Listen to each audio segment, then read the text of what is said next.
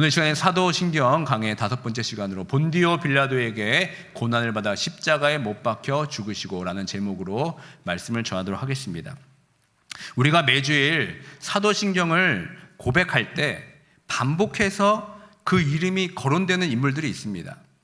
지난주에 살펴본 동정녀와 마리아가 있고 참 하나님이시면서 참 인간이신 예수 그리스도가 계십니다. 그리고 또 한 사람, 바로 오늘 고백하는 등장하는 이방인 본디오 빌라도입니다.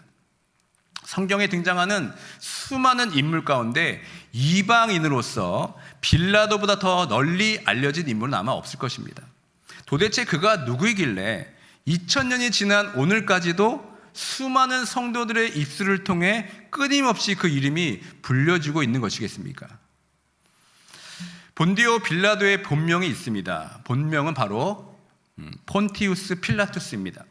본디오 빌라도는 이 한국어로 번역된 이름이고 캐톨릭에서는 본시오 빌라도라고 부르기도 합니다.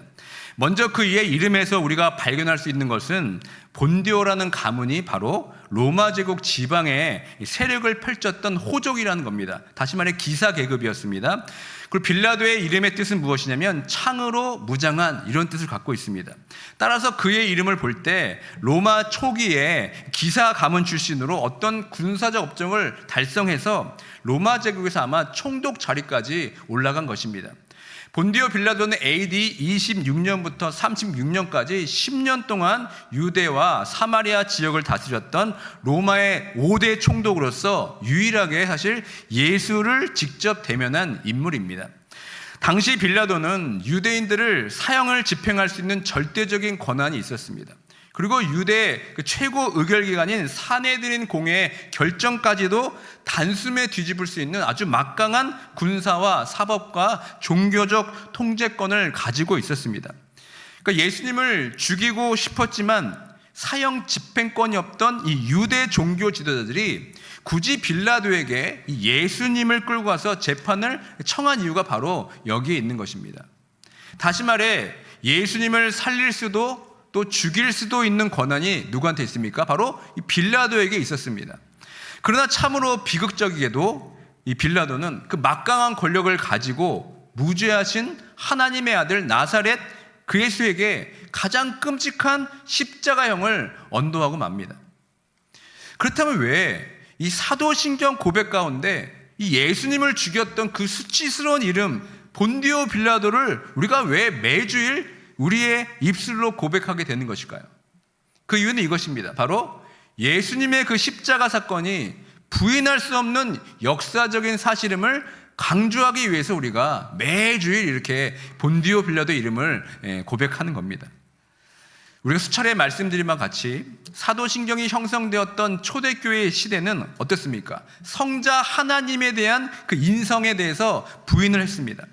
예수님이 정말 참으로 이 세상에 존재했던 인간이었는지 아니면 그 십자가 고난이 그저 영적인 환상이나 상징에 불과한 것은 아닌지 하면서 기독교 그 역사적 뿌리를 흔들려는 시도들이 끊임없이 발생한 것입니다. 그래서 이를 반박하려면 우리가 어떻게 됩니까? 반박하기 가장 좋은 것은 바로 세계 역사를 주목하는 것입니다. 특별히 로마의 역사와 실제로 대조해 보는 것이죠.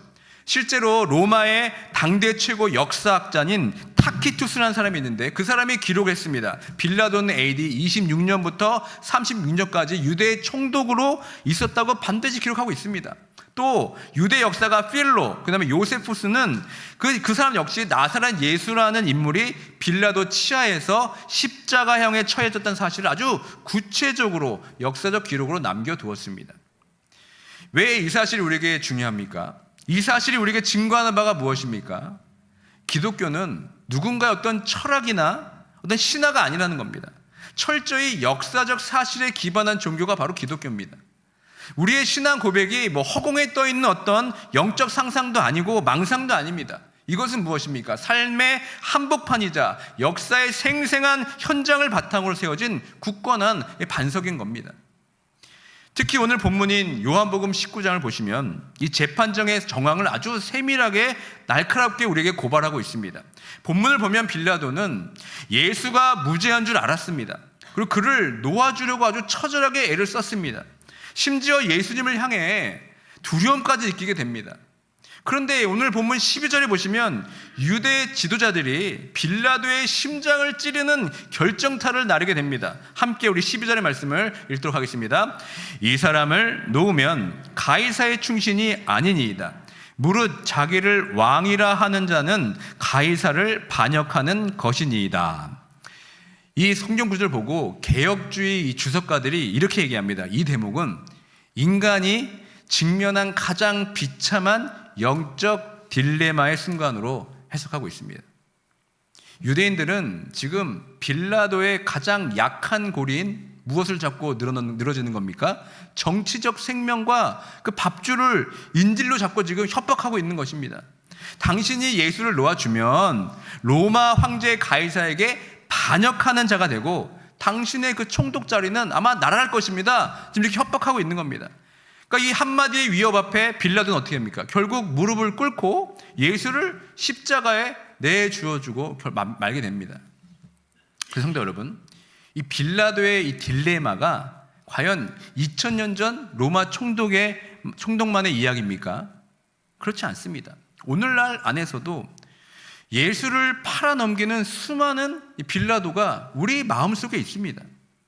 이민사회라는 척박한 현실 속에서 더 안정적인 자리, 더 나은 비즈니스의 성공, 세상이 인정을 하는 그 지위인 그 가이사를 우리가 붙잡기 위해서 내 삶의 진짜 왕이신 예수를 조용히 우리 삶의 변두리로 밀어내고 있지는 않습니까? 당장 밥줄이 끊어질까 두려워서 신앙의 양심을 타협하면서 살아가고 있는 우리의 모습이 바로 예수를 십자가에 내어준 빌라도의 타락한 실상이 아닙니까? 그러나 놀랍게도 하나님은 이 비겁한 빌라도의 재판마저도 우리를 구원하기 위한 완벽한 도구로 사용하셨습니다. 그래서 종교개혁자 존 칼빈이 기독교 강에서 이렇게 이 대목을 설명합니다. 그리스도께서 지상의 불의한 재판관 앞에서 정죄를 받으신 것은 장차 우리가 하늘에 의로우신 재판관 앞에서 무죄 선고를 받게 하려 하심이라. 이렇게 해석했습니다. 그러니까 사랑하는 성도 여러분, 무죄하신 예수님께서 빌라도에서 법정에서 유죄 판결을 받으셨기 때문에 영원히 유죄 판결을 받아야 할 저와 여러분이 하나님의 법정에서 무죄함을 얻게 된 줄 믿습니다. 이 영광스러운 십자가 역사의 사실 앞에 세상의 가이사를 두려워했던 이 비겁함을 여러분 십자가에 못 박고 오직 진리 되신 예수 그리스도만을 내 삶의 왕으로 모시는 은혜가 있기를 주님의 이름으로 축원드립니다. 그러나 성도 여러분, 앞서 우리가 빌라도가 자신의 정치적 생명을 위해 예수님을 십자가에 내어 주었다고 말씀드렸습니다. 그렇다면 여기서 우리가 한 가지 짚고 넘어가야 할 중요한 질문이 하나 있습니다. 오늘 우리가 우리말로 고백하고 있는 사도신경을 보면 본디오 빌라도에게 고난을 받아 이렇게 되어 있습니다. 그러니까 이 번역만 보면 마치 예수님의 그 고난을 가한 유일한 가해자가 본디오 빌라도 한 사람이라고 생각하기 쉽습니다. 마치 십자가의 고난의 모든 책임이 지금 본디오 빌라도에게 있는 것으로 우리가 오해하기가 쉽다는 겁니다. 하지만 여러분, 성경을 자세히 보십시오. 성경을 자세히 살펴보면 빌라도에게 십자가 사건의 전적인 책임을 묻기에는 상당한 무리가 있습니다. 오히려 빌라도는 어땠습니까? 어떻게든 예수님을 놓아주려고 했습니다. 이를 아주 애를 썼습니다. 그래서 예수님이 재판을 받으시는 그 장면을 기록한 누가복음 23장에 보면 빌라도는 무려 3번이나 예수님의 무죄를 이렇게 선언합니다. 첫 번째입니다. 빌라도가 대제사장과 무리에게 이르되 내가 보니 이 사람에게는 죄가 없도다 하니. 또 이어서 두 번째 이렇게 고백합니다.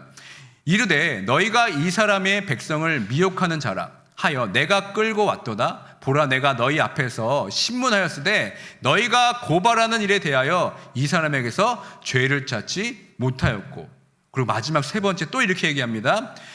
빌라도가 세 번째 말하되 이 사람이 무슨 악한 일을 하였느냐, 나는 그에게서 죽을 죄를 찾지 못하였나니 때려서 놓으리라 하니. 여러분 어땠습니까? 빌라도는 3번이나 예수님을 놓을 수 없고 무죄라고 지금 3번이나 선언하고 있습니다. 그리고 동일한 본문 내용을 기록하고 있는 오늘 본문 요한복음 19장 12절에도 이렇게 이야기하고 있습니다. 이러므로 빌라도가 예수를 놓으려고 힘썼으나 라고 분명히 기록이 되어 있습니다. 그러니까 로마의 막강한 총독이 공개적으로 죄가 없다고 무죄한 판결을 내렸고 그냥 매만 조금 때려서 놓아주려고 지금 발버둥 치고 있는 모습을 우리가 확인했습니다. 빌라도가 비겁하게 재판을 내어준 잘못은 명백하지만 그를 100% 전적인 주범으로 부르기에는 그 역시 상황에 밀려서 어쩔 수 없이 판결을 내린 불의한 도구에 불과한 것입니다. 그렇다면 이 죄 없으신 하나님의 아들을 그 처절한 십자가 고난으로 몰아넣은 진짜 책임자가 도대체 누구란 말입니까? 예수님의 십자가 죽음을 주도한 진짜 주범은 누굽니까? 바로 광기에 사로잡힌 군중들이었습니다. 빌라도의 판결 이전에 사실 이기적인 욕망에 눈이 먼 군중들이 예수님을 십자가에 못 박은 것입니다. 마태복음 27장 24절의 말씀을 함께 읽도록 하겠습니다. 빌라도가 아무 성과도 없이 도리어 밀란이 나려는 것을 보고 물을 가져다가 무리 앞에서 손을 씻으며 이르되 이 사람의 피에 대하여 나는 무죄하니 너희가 당하라. 백성이 다 대답하여 이르되 그 피를 우리와 우리 자손에게 돌릴지어다 하거늘. 그래서 이 개혁주의 신학자들과 사도신경의 이 해설서들은 이 고백을 이렇게 얘기합니다. 본디오 빌라도의 고난을 받아 이렇게 번역하기보다는 라틴어 원문을 보시면 의미를 살리면 이렇게 되는 겁니다. 본디오 빌라도 치하에서 혹은 본디오 빌라도 아래에서 이렇게 번역하는 것이 더 사실 정확하다고 해석하고 있습니다.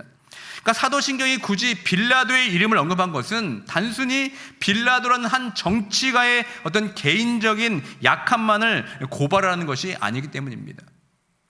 요한복음 19장 13절에 보시면 빌라도가 예수를 끌고 나가서 어디 있다고 그럽니까? 돌을 깐 뜰, 다시 말해서 화려하고 엄숙한 로마의 그 재판관석에 있었다고 고백하고 있습니다. 그러나 여러분, 이 재판관은 무엇입니까? 완전히 실패의 자리였습니다. 이 세상에서 가장 공정하고 강력하다는 로마의 법과 정의마저도 내 자리를 지키려는 이 정치인의 이권과 군중들의 그 폭력적인 권력 앞에서 완벽하게 불의의 도구로 전락하고 만다는 타락한 세상의 구조를 지금 고발하고 있는 것입니다. 성도 여러분, 이것이 우리에게 무엇을 의미하고 있습니까? 빌라도의 재판적은 2000년 전의 과거가 아니라는 겁니다. 마음속으로 우리도 보면 예수가 진리인 줄 압니다.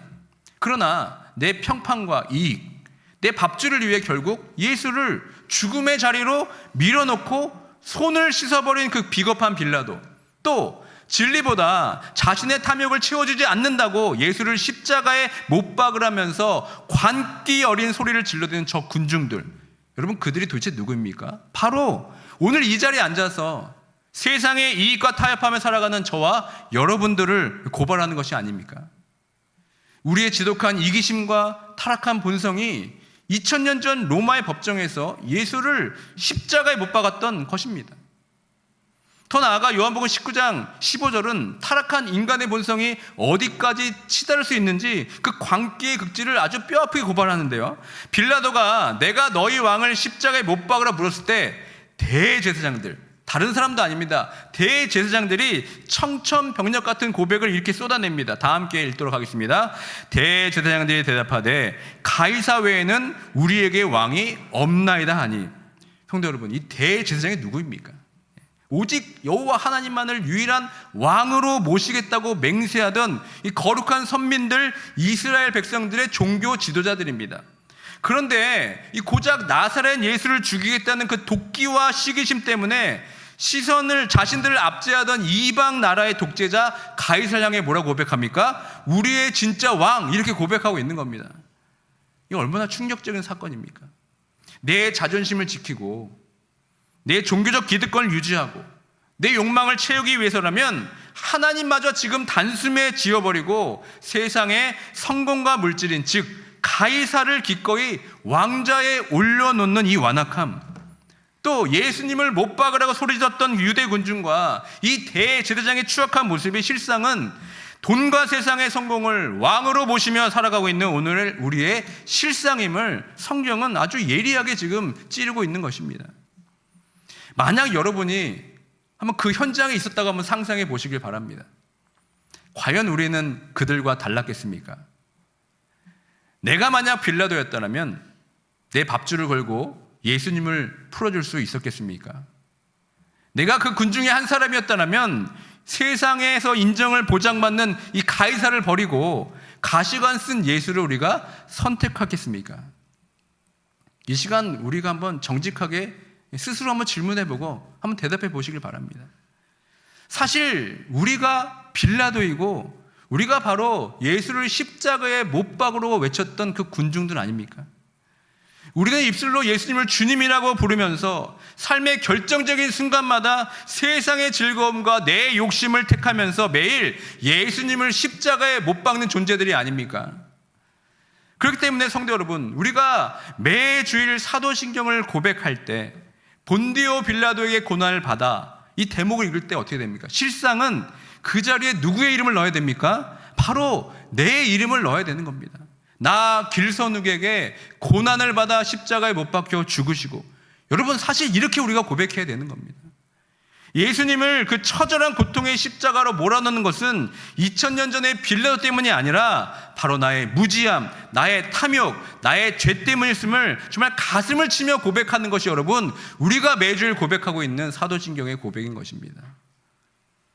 우리가 이것을 깨닫는 진정한 신앙 고백자라면 더 이상 우리가 세상의 가이사를 얻기 위해 예수님을 십자가에 못 박는 삶을 더 이상 살아서는 안 됩니다. 죄인된 나를 대신해서 묵묵히 그 고난의 십자가를 져주신 그리스도의 은혜를 다시 한번 여러분 이 시간 기억하시길 바랍니다. 다음으로는 고난을 받아라는 이 부분을 한번 살펴보길 원합니다.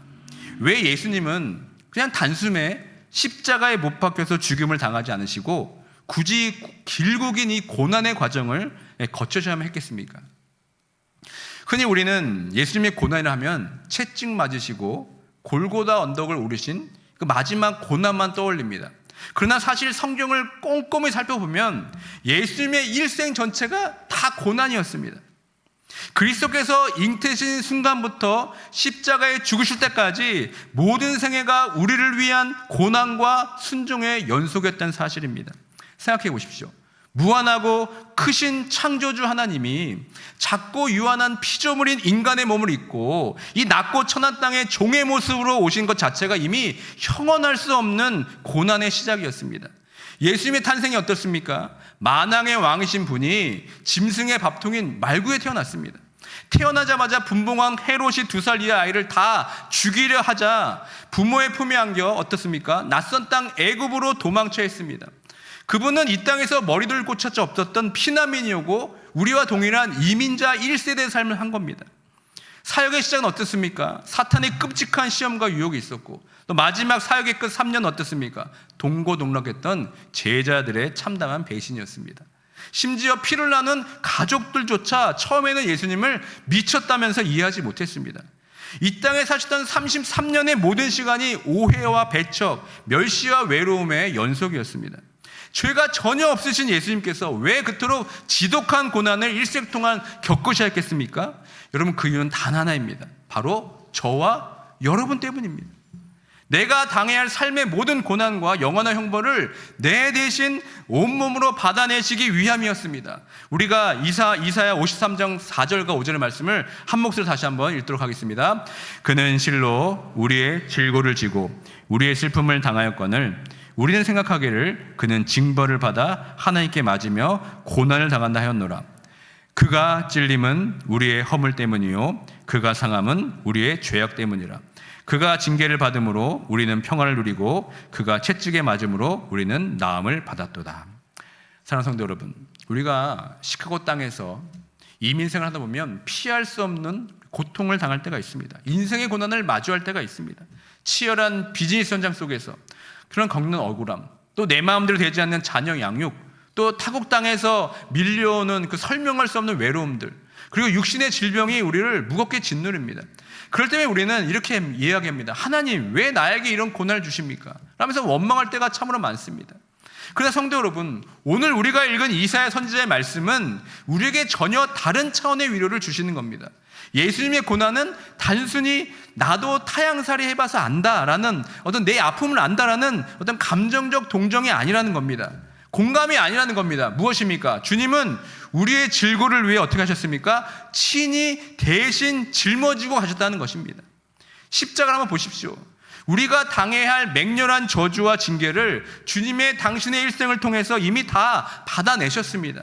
그러므로 이제 그리스도 안에 있는 우리에게 주어지는 인생의 고난은 무엇입니까? 더 이상 우리를 멸망으로 이끄는 하나님의 진노나 형벌이 아니라는 겁니다. 나를 빚어내시는 하나님의 사랑의 손길인 것입니다.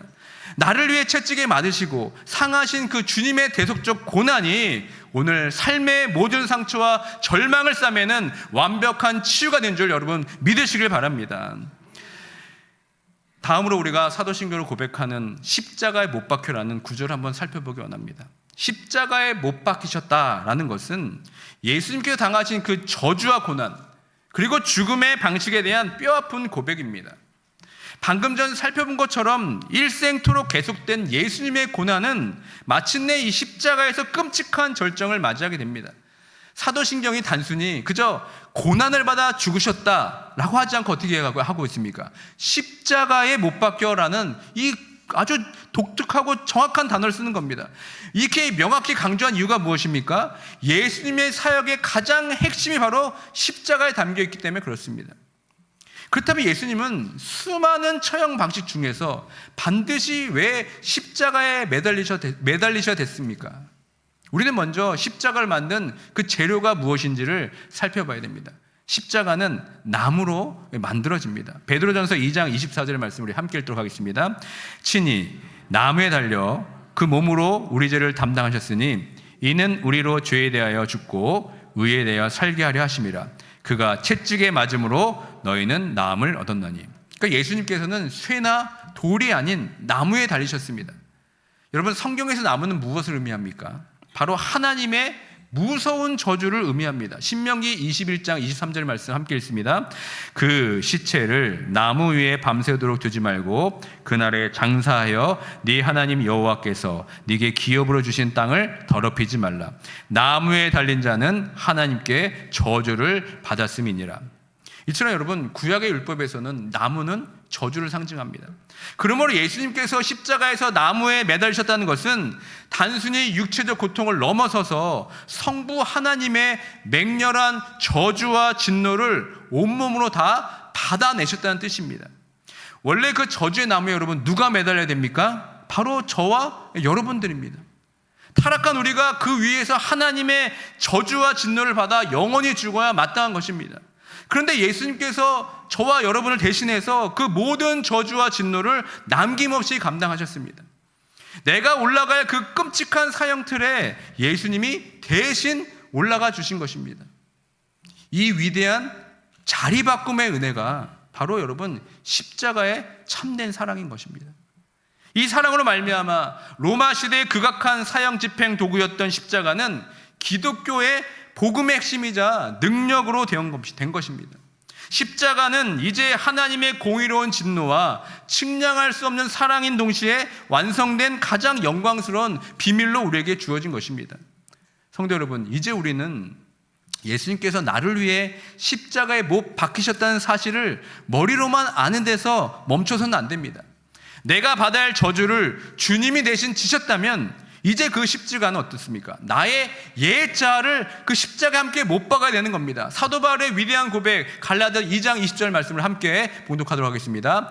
내가 그리스도와 함께 십자가에 못 박혔나니 그런즉 이제는 내가 사는 것이 아니요 오직 내 안에 그리스도께서 사시는 것이라. 이제 내가 육체 가운데 사는 것은 나를 사랑하사 나를 위하여 자기 자신을 버리신 하나님의 아들을 믿는 믿음 안에서 사는 것이라. 아멘. 이제 여러분 이기적인 욕망에 따라서 세상의 성공만 구하던 우리의 옛사람은 그리스도와 함께 십자가에 완전히 못 박혀서 완전히 죽었고 장사되었습니다. 오늘 이 아침 내 안에 성령님께서 그 위대한 십자가의 연합을 우리 삶의 실자가 되게 해줄 줄 믿습니다. 이제는 여러분 육신의 약한 소욕이나 이민 생활의 두려움이 더 이상 우리를 지배하지 못합니다. 내가 사는 것이 아니라 누가 삽니까? 오직 나를 사랑하사 자기 자신을 버리신 예수께서 우리 안에 사시는 것입니다. 나 대신 십자가를 지신 그 자리바꿈의 은혜에 감격해서 이제는 내 삶 전체를 하나님께 거룩한 감사의 제물로 내어드리는 참된 십자가의 증인들이 되시길 주님의 이름으로 간절히 축원드립니다.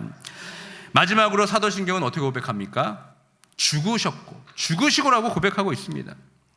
인성을 입고 이 세상에 오신 예수님은 고난의 끝에서 그렇다면 왜 반드시 죽으셔야만 했습니까? 타락한 인간의 죄에 대한 하나님의 그 공의를 완벽하게 만족하기 위해서 예수님이 죽으신 것입니다. 성경은 죄의 싹은 사망이라고 선포합니다. 범죄한 우리가 죽어서 영원한 지옥의 형벌을 당해야만 사실 하나님의 공의가 만족되는 겁니다. 그렇지 않고는 하나님의 그 맹렬한 저주와 진노를 면할 길이 없기 때문에 예수님께서 우리를 대신하여서 십자가에 죽으신 것입니다. 이를 가리켜서 우리가 어떻게 말합니까? 대속의 죽음 이렇게 얘기합니다. 마태복음 20장 28절의 말씀이 있습니다.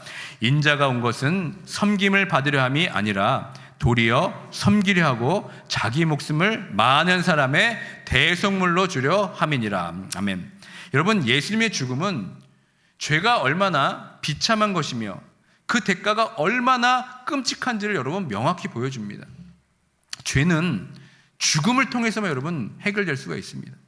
우리는 죄를 향한 하나님의 노여움을 결코 가볍게 여기서는 안 되는 겁니다.